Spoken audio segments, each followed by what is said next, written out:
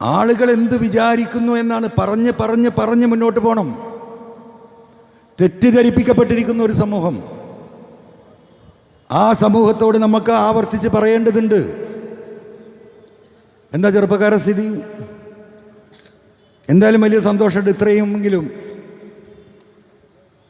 ഒരു പ്രതികരണ ശേഷിയോടുകൂടി നിങ്ങൾ ഇവിടെ എത്തിയതിന്. ഒരു ചെറുപ്പക്കാർക്കും പ്രതികരണ ശേഷി ഇല്ലാതെയായി ഈ മൊബൈൽ ഫോണിൻ്റെ ആഗമനത്തോട് കൂടിയിട്ട്. എല്ലാവരും അടിമകളാണ്. തലേൻ്റെ അടിക്ക് ഫോൺ വെക്കാതെ കിടന്നാൽ ഒരാൾക്കും ഉറങ്ങാൻ കഴിയില്ല, അല്ലേ? ഈ അടിമകളായതിൻ്റെ ദുരന്തം എന്താ?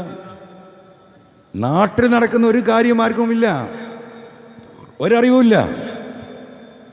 ഈ സംഗീതത്തിൻ്റെയും തമാശയുടെയും പിന്നിലാണ് യുവസമൂഹം. രാജ്യത്തിൻ്റെ ഭരണഘടനയനുസരിച്ച് രാജ്യത്ത് ഭരണം നടക്കുന്നുണ്ടോ എന്ന് പരിശോധിക്കാനും മനസ്സിലാക്കാനും ഒരാൾക്കും ഒഴിവില്ല, സമയമില്ല. ഫാസിസം കടന്നു വരുന്നത് മൊബൈൽ ഫോണിലൂടെയാണ്. എങ്ങനെയാണ് കടന്നു വരുന്നത്? നമുക്ക് ഫാസിസം വരുന്നുണ്ടോ എന്നറിയാൻ സമയമില്ല. ഒറ്റ കാര്യം നിങ്ങൾ പരിശോധിച്ചാൽ മതി. നമ്മുടെ നാട്ടിൽ ഇന്ത്യ മഹാരാജ്യത്ത് വിദേശ രാജ്യങ്ങളിലെ കാര്യങ്ങൾ പരിശോധിക്കുമ്പോൾ എല്ലാത്തിനും വില കൂടുതലാണ്. ലോകത്തെ ഏറ്റവും കൂടുതൽ ചീപ്പായിട്ട് ഇൻ്റർനെറ്റ് കിട്ടുന്ന രാജ്യം അമേരിക്ക.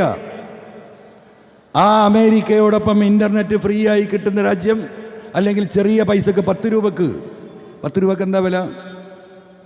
10 രൂപേൻ്റെ വില നിങ്ങൾക്ക് അറിയാലോ. 25 രൂപക്കോ 30 രൂപക്കോ അല്ലെങ്കിൽ 50 രൂപക്കോ റീലോഡ് ചെയ്താൽ ഒരു മാസം സുഖമായിട്ട് നിങ്ങൾക്ക് കാണാം. എന്താ കാരണം?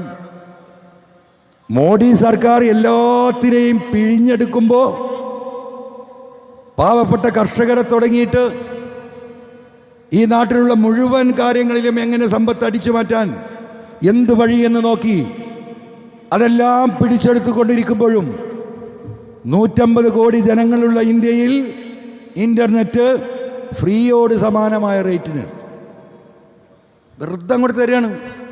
കാരണം ഇതിന്ന് കണ്ണെടുക്കൂല. ഇത് ഫാസിസത്തിൻ്റെ മറ്റൊരു വഴിയാണ്. നമ്മളാരെങ്കിലും ചിന്തിച്ചിട്ടുണ്ടോ? അപ്പം ഇതിങ്ങനെ കാണുക, ഉച്ചയ്ക്ക് നല്ല ഭക്ഷണം കഴിക്കുക. നമ്മൾ തൊഴിലാളികളടക്കം ഇപ്പോൾ ഉച്ചയോട് കൂടിയിട്ട് ജോലി തീരും.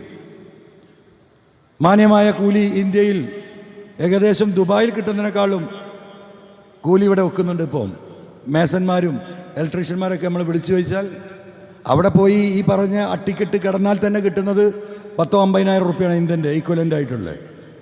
അതിലൊരു 10-30,000 റുപ്യയുടെ ചിലവാണ്. പിന്നെ ഒരു 10-20,000 രൂപയെ ബാക്കിയാവുന്നത്. പക്ഷെ അതിലേറെ ലാഭം കൂലി ഇന്ന് നമ്മുടെ നാട്ടിലാണ്. അപ്പോൾ അവരും സാറ്റിസ്ഫൈഡാണ്. അപ്പോൾ പിന്നെ വീട്ടുകാരെ ചർച്ച രാത്രി ഇന്ന് ഭക്ഷണം ഉണ്ടാക്കണം, ബ്രേക്ക്ഫാസ്റ്റ് എന്ന് ഉണ്ടാക്കണം എന്നാണ്. ഒരുവിധം വീട്ടിലൊന്നും ഇപ്പോൾ രാത്രി ഭക്ഷണം ഉണ്ടാക്കലില്ല. ഉണ്ടോ? വളരെ കുറവാണ്. അപ്പോൾ ഈ മന്തിയും കിന്തിയും ഇഷ്ടംപോലെ ഭുജിക്കുക. കുഴിയില്ല മന്തി, കുഴിയില്ലാത്ത മന്തി, തലമന്തി, കാലുമന്തി, ഇങ്ങനെ സെർച്ചിങ്ങാണ് എവിടെയാ മന്തി. നീ അതൊക്കെ കഴിഞ്ഞിട്ട് പിന്നെന്ത് വേണം? അടിച്ച് വീശി എന്താ പറയുക, 2 ഫുട്ബോളിൻ്റെ അത്ര ഓരോരുത്തരുടെ വയറ്. എന്നിട്ട് വന്നിട്ട് രാത്രി 12 മണിക്ക് 1 മണിക്ക് ഒറ്റ കിടത്താം. പോരുന്ന വഴിയിൽ ഇങ്ങനെ തപ്പി നടക്കും. എന്തിനറിയോ? ഐസ്ക്രീം എവിടെയാണ് പൊരിച്ചത് കിട്ടുക. ലോകത്തെവിടെയും ഐസ്ക്രീം പൊരിക്കുന്നത് നമ്മൾ കണ്ടിട്ടുണ്ടോ? എന്നിട്ട് അതും കൂടി വിഴുങ്ങിയിട്ട് പോയി കിടക്കുക. സകല ആശുപത്രിയും ഫുള്ളാണ്. ഒരു പഞ്ചായത്തിൽ 5-10 ക്ലിനിക്കുകൾ നമ്മുടെ നാട്ടിൽ. എന്തേ തൊട്ടടുത്ത ഈ ഗൂഡല്ലൂർ കയറിയാൽ, ഗൂഡല്ലൂരൊന്ന് പോയി പരിശോധിക്കും നിങ്ങൾ. ഈ 10-15 കൊല്ലത്തിനുള്ളിൽ എത്ര ക്ലിനിക്ക് അവിടെ ഉണ്ടായിട്ട്? 1-2 ഉണ്ടാവും. ഇവിടുത്തെ ഇരട്ടി ആളുണ്ട്.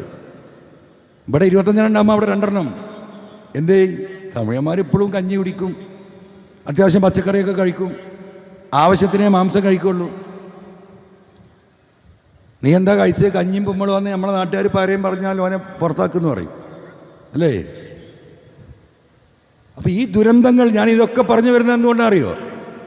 നമ്മളൊരു തനി രാഷ്ട്രീയം മാത്രം പറഞ്ഞു പോവുകയല്ല.